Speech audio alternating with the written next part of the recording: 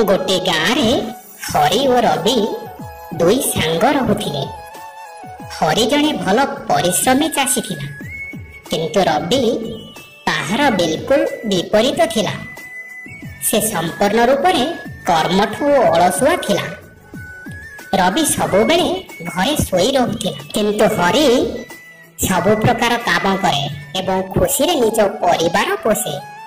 दिने हरि रविर खेत को जाई देखे तो तार खेत हल होई पड़िछि, किंतु बाकी काम एपर्यंत होई नाही।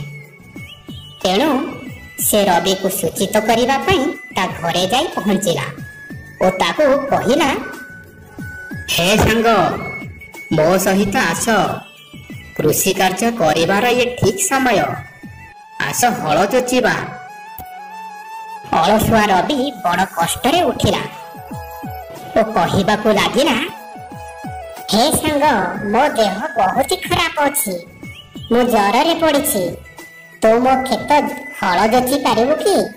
हरि को जना थिला कि रवि ताकू मिछ कहूछि, तथापि सांग दृष्टि हरि रविर खेत को हल जोची देला।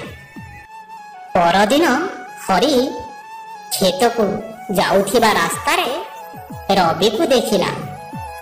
तेणु रवि को कहिला, रवि, मु तुम खेतरे हल जोची देइछि, एबे मो सहित आस खेतरे मंजी लगाइबा। किंतु रवि अलसुआमी रे कहिबाकू लागिला, तुमे चाल, मु आसुछि। सेठारु हरि एकोटिया खेत को चलीगला, किंतु रवि घरे बड़ आराम रे सोई रहिला। हरि निजर खेतर काम सारी रविर घर को गला ताकू सूचित कराइबा पाई। तेणु ताकू जाई कहिला, हे रवि, मो तुम खेतरे मंजी बुणी देइछि, मो सह एबे चाल खेतरे जल छिंचिबा और बाकी काम करिबा। अलसुआ रवि कहिबाकू लागिला, मु एबे विश्राम करुछि, तुमे चाल, विश्राम करि सारे मु अवश्य आसिबि।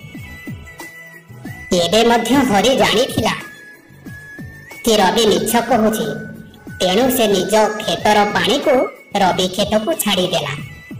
समय बढ़ी चलिला, फसल बढ़िबाकू लागिला।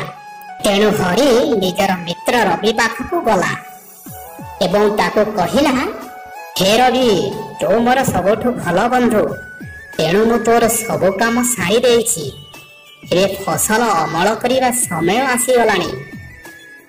तू तो खेत को जा, नहेले बड़ अनर्थ होई जिवो, वर्षा हेले सब उजुड़ी जिवो। एबे मध्य रवि निजर अलसुआमीपण को त्याग कला नाही, घरे सोई रहिला। से हरि सह खेत को गला नाही। हरि निजर फसल काटिबाकू गला और ताको घर को आनी एक सुरक्षित स्थान रे रखिदेला। अचानक वर्षा हेबाकू लागिला और रविर सबु फसल पानी रे बहीगला।